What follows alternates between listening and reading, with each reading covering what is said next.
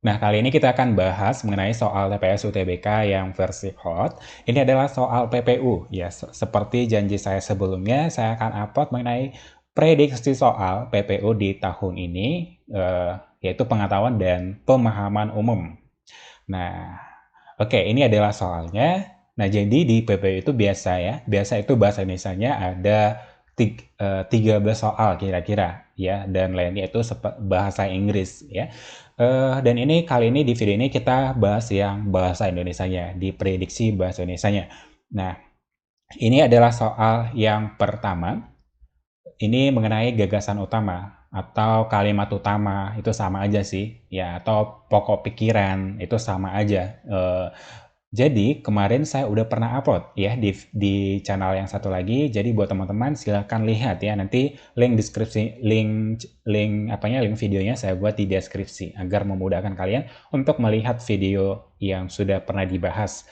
Nah, tapi ini saya kasih sedikit screenshotnya, isi dari video itu. Nah, jadi kalimat utama itu ada di awal, ada di akhir, dan ada di campuran, ya, campuran awal dan akhir gitu. Nah, bagaimana kalau dia di awal? Ya, kalau dia awal, jadi teman-teman itu lihat fokus pada kalimat kedua, ya, di dalam paragraf tersebut. Jadi kita fokus untuk kita melihat apakah kalimat utamanya ada di awal, jadi kita fokus ke kalimat keduanya, gitu. Jika ada kalimat kedua, ada kata yang diulang dari kalimat pertama, ya, dari kalimat pertamanya, maka berarti gagasan pokoknya atau ide pokoknya itu ada di kalimat pertama, ya. Terus jika di kalimat kedua juga ada kata rujukan seperti ini, itu tersebut berarti kemungkinan ada di kalimat pertama gagasan pokoknya gitu. Nah, jika gimana kalau di akhir? Yaitu lihat aja ciri-cirinya jika di akhir. Yaitu jika terdapat simpulan yang ditandai dengan konjungsi, oleh sebab itu dengan demikian jadi bahkan. Nah, berarti kemungkinan dia di akhir gitu. Kemungkinan di akhir. Kenapa kemungkinan? Karena mungkin aja bisa campuran gitu. Oke? Nah, kalau campuran ada di awal dan akhir. Itu aja sih perbedaannya. Oke, kita langsung lihat ke soal yang tadi, yang pertama. Gagasan utama paragraf tersebut adalah, nah, kita nggak usah baca panjang lebar sih. Kita lihat dulu yang kalimat pertama. Ya, kalimat pertamanya, ruang penguatan rupiah menipis. Oke. Terus, mata uang Asia melemah pada perdagangan di awal minggu, namun rupiah masih menguat. Nah, di sini masih ada kalimat penjelas. Ya, ini kan masih bicara mengenai rupiah ya. Rupiah berarti uang ya. Mata uang Asia melemah pada perdagangan di awal minggu, namun rupiah masih menguat. Nah, ini masih penjelas dari kalimat pertama tersebut. Nah, dari sini terus kita lihat lagi di kalimat kedua, kalimat ketiganya, ruang penguatan itu hari ini terlihat mengecil. Nah, dia udah dijelaskan lagi, berarti kemungkinan ini di kalimat pertama ini, yang gagasan utamanya gitu. Ngerti ya? Tapi kita lihat dulu di akhir, ada nggak kata yang tadi yang ini, yang oleh karena itu, konjungsi ini ya, oleh karena itu, oleh sebab itu, dengan demikian jadi bahkan. Ya, seperti simpulan lah ya, kesimpulan. Ada nggak? Kita lihat di kalimat akhirnya. Nah, ini kalimat akhir ya. Riset Trust Securities menyatakan laju rupiah masih di bawah level resisten. Nah, hari ini, ini kalimat terakhirnya. Hari ini diproyeksi rupiah ada di rentang sekian. Ya, tidak ada ya masalah konjungsinya yang seperti ini. Nggak ada ya, oleh karena itu, nah berarti fix kalimat utamanya, gagasan utamanya ada di kalimat pertama ya. Berarti yang kita fokus yang di sini aja. Ruang penguatan rupiah menipis. Kita lihat di opsinya. Rupiah elemen di perdagangan Asia. Nah, nggak persis ya. Rupiah melemah terhadap dolar. Rupiah mengalami penguatan walaupun tipis. Ruang penguatan rupiah melampaui target awal. ruang penguatan rupiah menipis. Nah, jadi jawabannya adalah yang opsi E ya, benar ya. Ini opsi E ya. Ini sorry, ini salah ketik nih. Jadi, jawaban yang benar adalah yang opsi E. Paham ya, mencari gagasan utama ya. Jadi, kita nggak harus cari baca semua panjang lebar, itu menghabiskan waktu kalian sih. Ya, jadi fokus aja apa yang ditanya. Jadi, kalau kalian udah tahu triknya, kalian udah bisa cari gagasan utamanya sih. Oke, kita next ke soal nomor 2.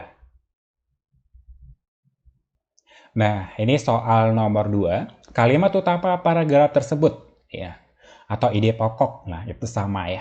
Kita lihat di kalimat pertamanya. Salah satu proses pembelajaran yang harus dikembangkan oleh guru-guru dalam kurikulum 2006 atau yang juga dikenal sebagai kurikulum KTSP lah ya, adalah mengembangkan kreativitas siswa secara optimal. Pengembangan kreativitas, nah diulang ya dia ya, dari kalimat pertamanya, pengembangan kreativitas. Nah ini kan ada mengembangkan kreativitas. Nah diulang lagi, pengembangan kreativitas. Nah berarti kemungkinan dia di nomor yang pertama ini, ya di kalimat yang pertama. Nah kita lihat lagi, nomor 3 ya, nomor 3, dahulu guru sering mendominasi kelas tetapi kini guru harus lebih banyak memberikan kesempatan kepada siswa untuk berperan aktif dan kreatif. Oke, cukup situ dulu kita lihat apakah di kalimat nomor 5-nya, ya, di kalimat nomor 5 atau kalimat akhirnya ada nggak konjungsi gitu. Nah, yang tadi yang ini, oleh karena itu, oleh sebab itu, dengan demikian, jadi, bahkan. Ada nggak kira-kira gitu? Kreativitas siswa dapat tumbuh dan berkembang dengan baik apabila lingkungan keluarga, masyarakat, dan lingkungan sekolah turut menunjang gitu. Nah, nggak ada kata konjungsi di kalimat nomor 5-nya atau kalimat akhirnya. Berarti fix nih, dia ada di kalimat pertama gitu. Gagasan pokoknya, gagasan utamanya itu ada di kalimat pertama. Nah, berarti jawabannya ini adalah di nomor 1, yaitu mengenai salah satu proses pembelajaran harus dikembangkan oleh guru-guru dalam kurikulum 2006 ya, atau KTSP yang dikenal adalah mengembangkan kreativitas siswa secara optimal. Yaitu dia berbicara proses pembelajaran yang dikembangkan oleh guru-guru itu yaitu melalui KTSP. Itu dalam pengembangan kreativitas siswa secara optimal gitu. Nah, sekarang kita lihat nomor 3. Yang nomor 2 udah dapat ya pertanyaannya, yaitu yang opsi A. Kita cek di nomor 3-nya. Kalimat yang tidak padu pada paragraf tersebut adalah kalimat nomor berapa? Nah, artinya kalau yang dia bilang itu kalau dia tidak padu, itu berbicara kalimat yang rumpang gitu, nggak balance, dia nggak nyambung gitu. Nah, kalau yang di sini kan dia berbicara tentang untuk guru-guru itu ini ya, guru-guru itu dalam proses pembelajaran itu harus dikembangkan oleh guru-guru dalam mengembangkan kreativitas secara optimal. Jadi intinya guru itu mengembangkan kreativitas siswa secara optimal. Itu maksudnya gitu. Nah, kita lihat di nomor 2 masih nyambung ya. Pengembangan kreativitas sangat penting, terlihat dan bergesernya peran guru. Nah, masih nyambung pada kalimat pertama kan. Terus yang kalimat ketiga, dahulu guru sering mendominasi kelas, tetapi kini guru harus lebih banyak memberikan kesempatan kepada siswa untuk berperan lebih aktif dan kreatif. Terus yang keempat, membangun pemahaman yang lebih baik kepada siswa akan sulit jika fisik dan psikis mereka dalam keadaan tertekan. Nah, yang nomor 5, kreativitas siswa, ini nomor 5 nyambung. Oke. Dan nomor 1, 2 nyambung. Nah, sekarang yang 3 dan 4 nih ya. Apakah nyambung antara 3 dan 4 gitu? Nomor 3, dahulu guru siswa mendominasi kelas. Nah, kalau dilihat dari konteksnya, ini kan berbicara untuk guru kan gitu. Guru itu bagaimana proses pembelajaran yang dilakukan oleh guru-guru itu untuk kreativitas, untuk mengembangkan kreativitas siswanya. ya. Kita lihat yang ketiga ini masih berbicara tentang guru. Guru sering mendominasi kelas gitu. Tetapi kini dahulu guru sering mendominasi kelas, tetapi kini guru harus lebih banyak memberikan kesempatan kepada siswa untuk berperan lebih aktif dan kreatif gitu. Ini masih berbicara guru itu gitu. Apa sih proses guru itu gitu.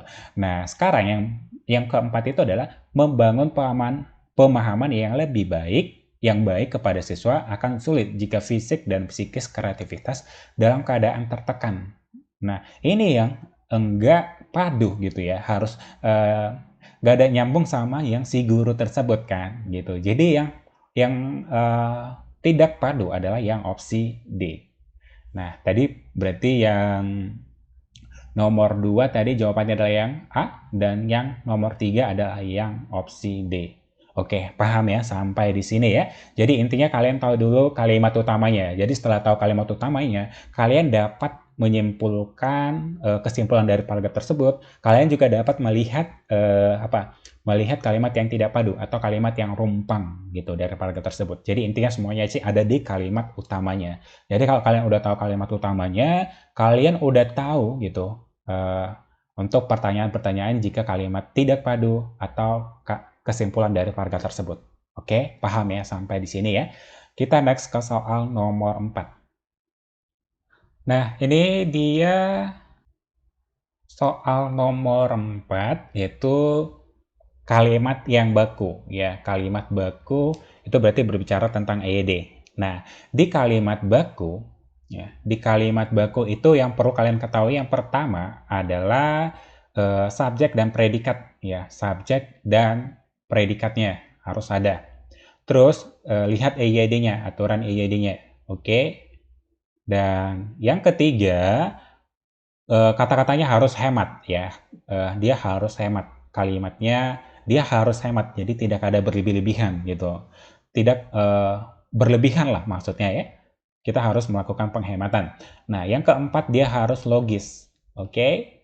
Dan yang kelima, dia harus jangan ambigu gitu. Berarti tidak ambigu ya. Artinya ambigu ambigu. Tidak memiliki makna yang ganda gitu, yang berbeda gitu. Oke. Yang selanjutnya adalah dia yang keenam ya. Dia memiliki kesejajaran maksudnya. Kesejajaran bentuk. Dia sejajar lah ya. Sejajar. Oke, sejajar bentuknya. Nah, kita lihat nih di kalimat yang dari kalimat opsi yang A. Budaya swalayan harus kita lestarikan. Ya, budaya swalayan harus kita lestarikan dan kembangkan. Nah, di sini tidak terlalu apa ya? Dia enggak jadinya dia kebalik gitu. Itu kan budaya swalayan itu harus kita atau kita harus gitu. Jadi lebih nyambung kita harus kan gitu. Nah, harus kita harus gitu. Budaya swalayan harus kita lestarikan. Kita harus lestarikan. Jadi lebih nyambung sih kita harus lestarikan. Budaya swalayan kita harus lestarikan dan kembangkan. Dari yang opsi A, budaya swalayan harus kita lestarikan dan kembangkan. Jadi dia sebenarnya lebih nyambung itu yang kita harus lestarikan. Oke? Supaya kelihatan ya, supaya kelihatan subjek dan predikatnya sih. Jadi yang lebih nyambung adalah harus kita lestarikan gitu. Oke? Sorry ya, saya kebalik tadi. Yang ini berarti opsinya salah. Yang lihat kita harus melestarikan. Nah, di sini kita lihat aja. Jadi intinya di sini adalah kalian baca dulu ya, kalian lihat opsi A. Budidaya swalayan harus kita lestarikan dan kembangkan. Oke. Nah, yang opsi B, budaya swalayan kita harus lestarikan. Agak gimana gitu ya bacanya gitu. Jadi agak sulit ya untuk nggak logis gitu. Ambigu maksudnya. Nah, yang ke opsi C, budaya swalayan kita harus, tetap ya, kita harus. Nah, yang di sini lagi lihat ada yang ini melestarikan dan mengembangkan gitu. Eh, ini kalau dilihat untuk melestarikan dan mengembangkan ini adalah kalimat aktif kan? Ya, kalimat aktif. Nah, harusnya di depan gitu. Ini kok di akhir. Nah, harusnya lebih cocok ini dilestarikan dan dikembangkan gitu. Oke, paham ya sampai di sini ya. Jadi itu juga kesalahannya sih. Nah, kita lihat opsi yang D. Budaya swalayan kita harus sama yang tadi ya. Oke. Nah, di sini juga dia nggak sejajar. Ya, di sini melestarikan, di sini kembangkan. Dia nggak sejajar. Ya, dia nggak sejajar sama yang melestarikan. Jadi kalau harusnya sejajar, ya seimbang gitu. Nah, yang ke opsi E, budaya swalayan harus kita lestarikan dan kembangkan. Nah, di sini sama aja dia tidak sejajar. Oke, sama ya, nggak sejajar. Oke, jadi jawaban yang benar adalah yang opsi A. Jadi budaya swalayan harus kita lestarikan dan kembangkan. Jadi jawaban yang benar adalah yang opsi A. Jadi ingat ya, harus ada subjek dan predikat, EYD, hemat, logis, dan tidak ambigu, dan sejajar. Oke, itu aja sih dari opsi yang nomor 4 ini. Nah, sekarang nomor 5. Kalimat yang mengandung cara perbuatan adalah, berarti kalau dia ada perbuatan, ada tindakannya gitu. Oke ya, kita lihat yang opsi A. Pemerintah mengumumkan harga BBM baru itu tadi malam. Nah, ini pengumuman ya gitu. Ya, pengumuman kayak berita gitu. Jadi nggak ada tindakannya gitu. Yang opsi B. Perundingan itu akan berlangsung di Jakarta. Ya, dan ini menyatakan tempat sih gitu. Dengan tegas mereka menolak usul itu. Nah, ini dengan tegas mereka menolak. Ya. Dengan tegas mereka menolak usul itu. Ini kan ada tindakannya, ada perbuatannya, yaitu menolak. Ya, menolak usul itu kan tindakan gitu. Berarti kita simpan dulu ke yang C. Yang opsi D, mereka bersedia mengalah demi keutuhan organisasi. Tidak ada ya tindakannya tanpa atau perbuatan yang dilakukannya gitu. Tanpa dukungan anggota program ini tidak akan berhasil. Nah, jadi yang melakukan perbuatan di sini adalah yang opsi C, yaitu dengan tegas mereka menolak. Oke? Mereka menolak usul itu. Oke, sangat gampang ya. Kita lihat lagi nomor 6. Nah, sekarang nomor 6, kata penutup pidato yang tepat adalah, ingat, penutup pidato biasa diakhiri dengan ada kata-kata eh, permohonan maaf gitu ya, jika ada kata-kata yang salah misalnya gitu, atau kata-kata yang kurang berkenan gitu. Nah, kita lihat di opsi yang A, berhubung waktunya mepet, waktu ini diakhiri saja ya. Nah, udah salah banget ya. Rasanya pidato saya tidak perlu diperpanjang-panjang, nanti rasanya tidak etis. Nah, yang opsi C, sekian dulu pidato saya. Saya harap saudara-saudara mencerna pidato saya dengan baik. Yang opsi D, sebelum pidato ini saya akhiri, mohon dimaafkan kalau ada kata-kata yang kurang berkenan.